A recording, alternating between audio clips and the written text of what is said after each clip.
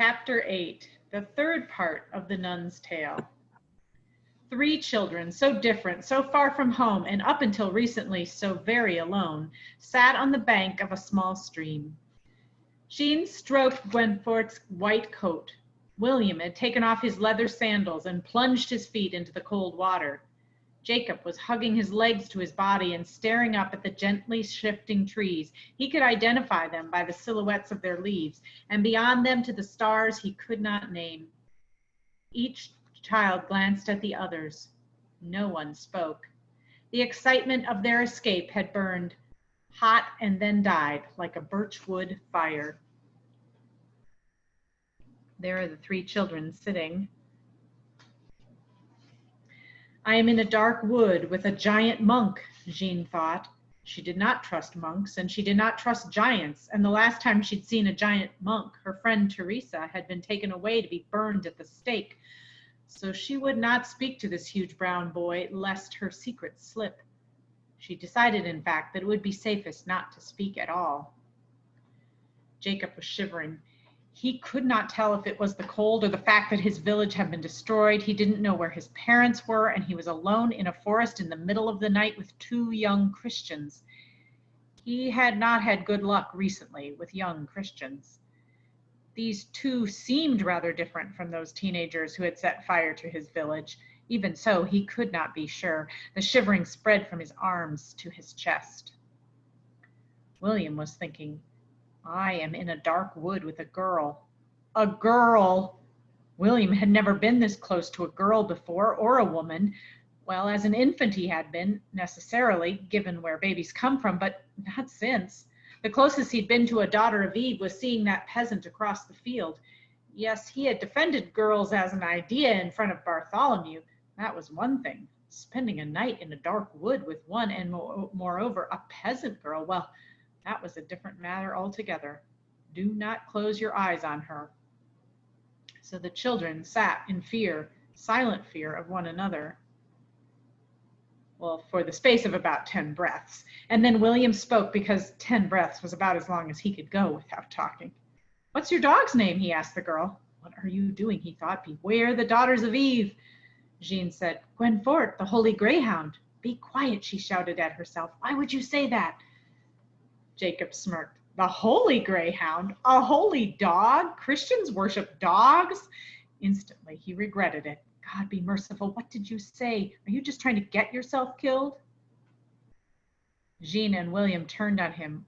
What do you mean, Christians? William asked. You're not a Christian? Then what are you? Jean said. She didn't really know any alternatives to being Christian. Everyone she had ever met was Christian. Jacob peered into William's face. Then he peered into Jean's. He made a decision. I'm a Jew. Jean laughed. No, you're not. Yes, I am. No, you're not, she insisted. Jacob was completely confused. William was too. Why am I not a Jew? He asked. You don't look like one, Jean said. Jacob said, what is a Jew supposed to look like? I don't know, different. William said to Jean, you don't know very much about Jews. Quick as a flame catching a wick, Jean spat. You don't know what I know. I know you think you have a holy dog. He turned to Jacob. Do they worship dogs in your heathen religion? I am not a heathen, and no, there are no holy dogs in the Torah. William turned to Jean. See, even the Jews don't believe in them. She is holy, Jean said, and then the sharpness of her voice cut through William's teasing like a scythe through the summer hay. The boys fell silent. The ash trees creaked and the stream sang. The wood smelled cold. All right, peasant, prove it, said William. Jean glowered at him. She did not like how he said peasant. It sounded like a curse. You can't claim that she's holy, William said, and not tell us why. Jean crooked an eyebrow. I can do what I like, monk. She tried to make it sound like a curse, too. Jacob chuckled. Oh, come on. Jean glared at him. Please? But Jean had turned away from them, pulling Gwenfort with her. She had already violated her rule. Never tell. Never.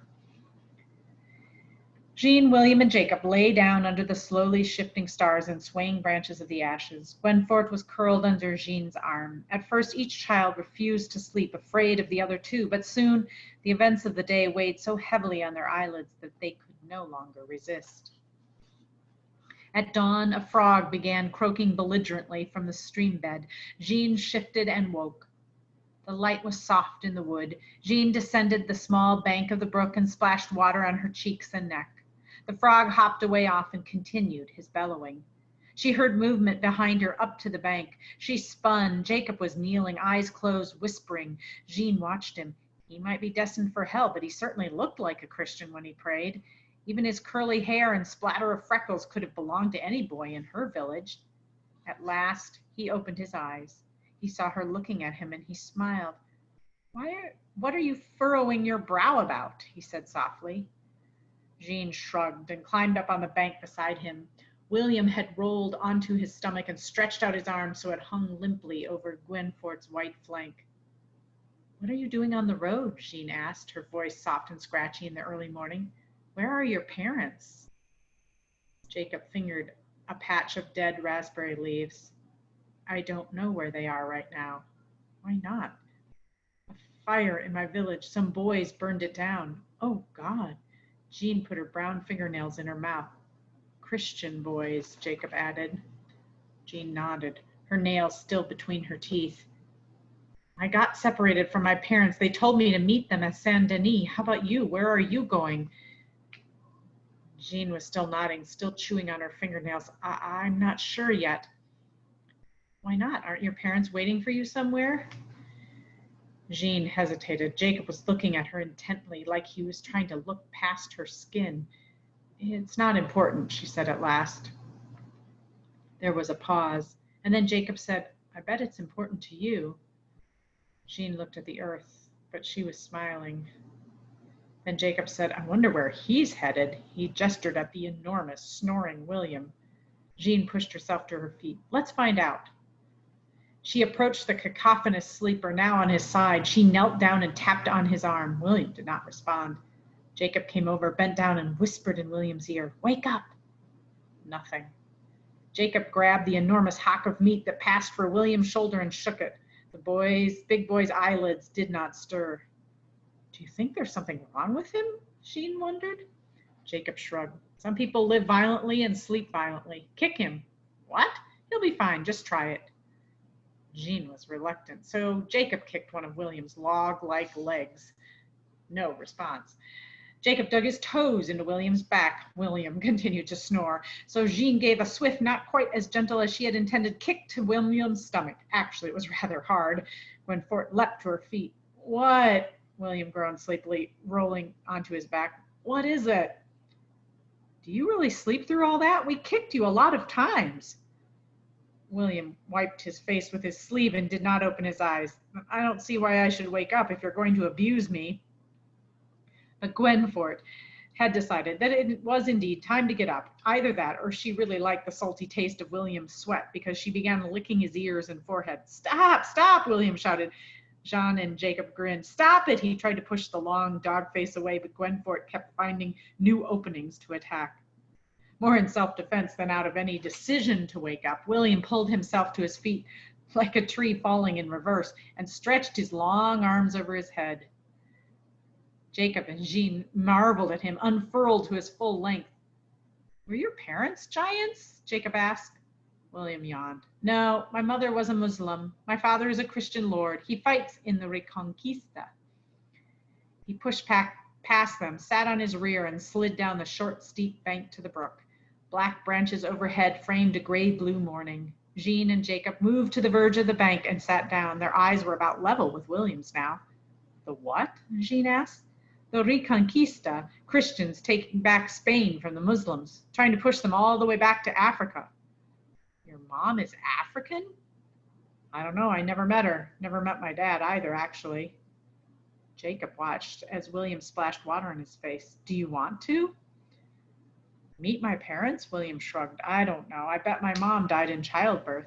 Jean was horrified. You shouldn't say that. And my father's too important. I'm sure he's got 100 sons like me. Jacob smirked. Probably not exactly like you. William grabbed the hem of his monk's habit. Then he hesitated. He looked at Jean. Would you turn around? I need to wash my chest.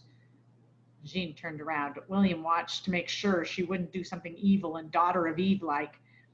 She seemed to have no intention of doing anything of the sort, so he pulled the habit over his head. Holy Moses, Jacob exclaimed. What? Said William.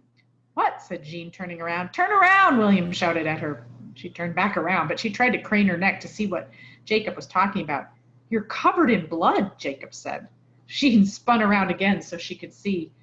It was true. William was caked with dark blood all over his chest and stomach and back. Also, he wore a leather belt inlaid with shining gold through the loops of his underwear, but mostly the kids were staring at the blood. Oh, that, William laughed. Don't worry, it's not mine. That doesn't make me feel any better, Jacob said. No, it's not like that. It's not even human blood. What kind of blood is it? Jean asked. Fiend blood. What? It's the blood of the foul fiends of the forests of Malherbe. Jacob turned to Jean. Do you understand what he just said? No, just checking. William said, let me wash up and then I'll tell you. And you, peasant, turn around. My pleasure, monk. Despite himself, William laughed. When he had washed, William sat beside Jacob and Jean on the bank and told them of his expulsion from the monastery of Saint Martin. You broke a stone bench with your bare hands, Jean said. Really? Actually, really?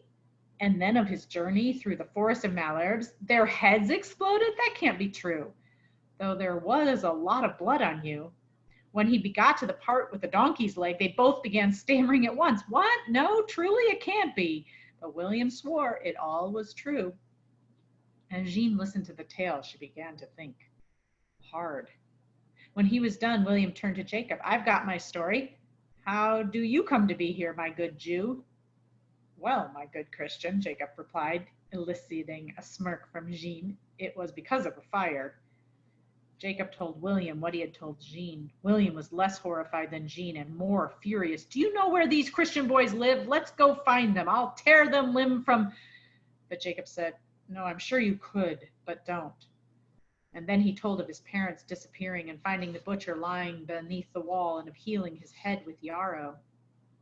It closed instantly, William wanted to know. The time it took to say the Shema, few lines. Jean's mind was racing now. The boys turned to her. Well, said William, will you tell us why you're here? And maybe about that dog of yours? Gwen Fort had been sleeping in a sunbeam, but now she stood up, shook herself, and patted over to Jean.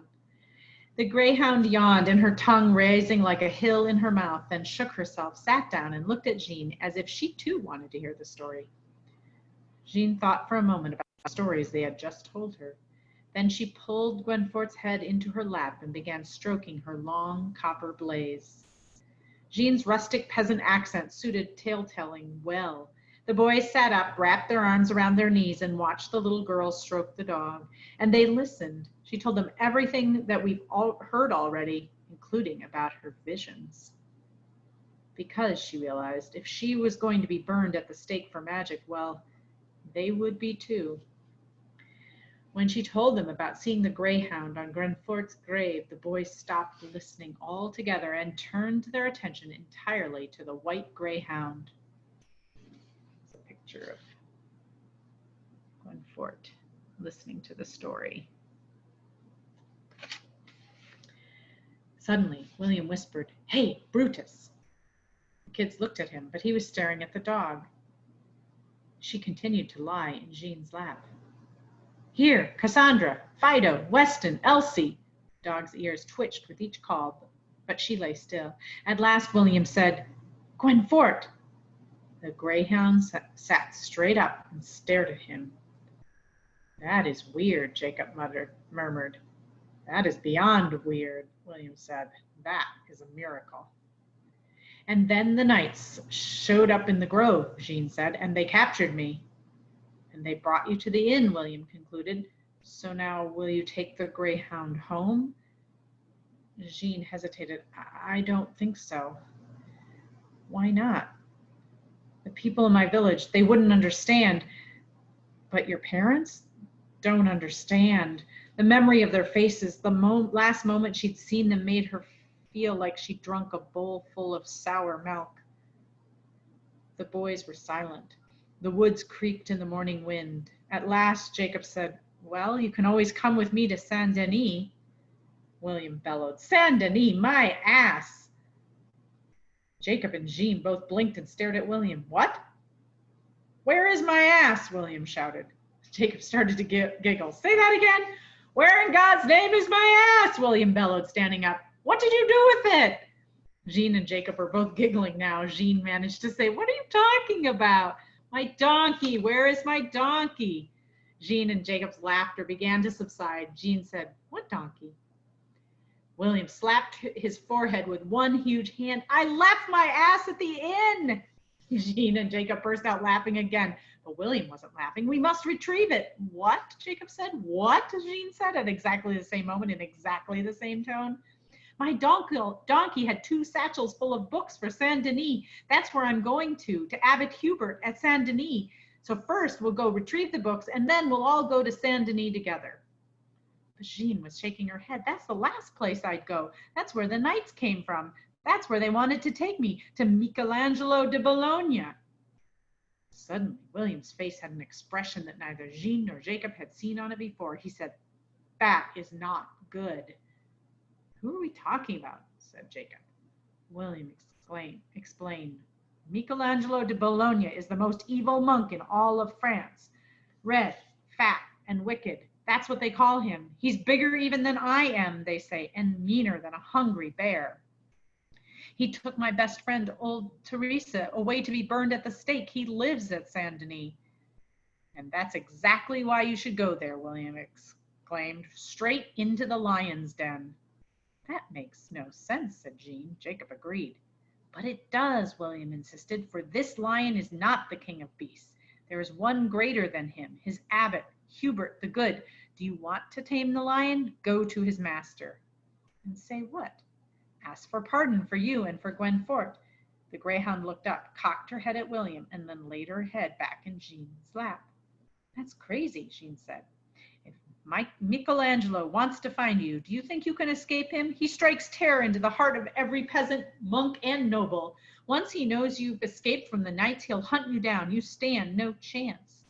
Jean frowned down at Gwenfort. Then she looked at Jacob. He shrugged. "It's not a bad argument. Go to his master. Hubert's wisdom and piety are famous across Christendom. I'll bring some books to him anyway. Come with him. Come with me, and we'll tell him all about the crimes of the wicked Michelangelo." Every one of Jean's instincts told her to refuse. Don't trust this monk. Don't go to Saint Denis. Don't put your life in the hands of an abbot you've never met. Don't get any closer to Michelangelo than you have to. Every instinct, that is, but one. The 2 boys gazed at her like they wanted her to come with them, like they wanted her. Her voice was quieter than the wind and the ashes. "You'll stay with me?" William grinned. "I swear it on my life." All right. All right. All right. "So we're all going to Saint Denis," Jacob said. "We're all going to Saint Denis," Jean concluded. "But first," cried William, "my ass." The sun was warming, and the children could hear the scattered chirping of the first birds returned from the south. They tramped one after the other, trying to find their way back to the inn. Their flight last night had been wild and at random. No one was quite sure in which direction the inn lay. William started in front. It seemed to be in his nature. Jean and Jacob were noticing this, always to be loudest, biggest first. Strangely, though, it wasn't annoying. Some children push themselves ahead just to lord it over other children because they're insecure or selfish.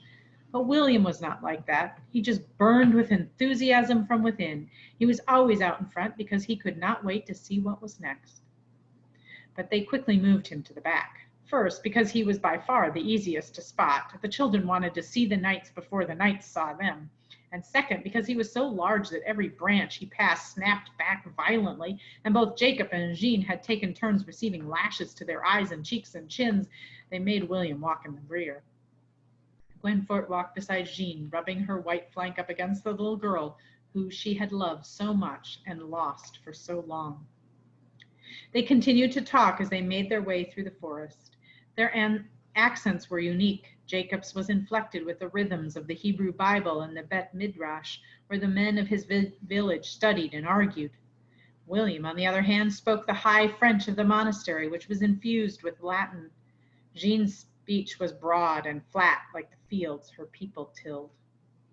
They told one another about where they were from, what their lives were like, their friends back home, though they discovered to their mutual surprise that none of them really had any friends back home.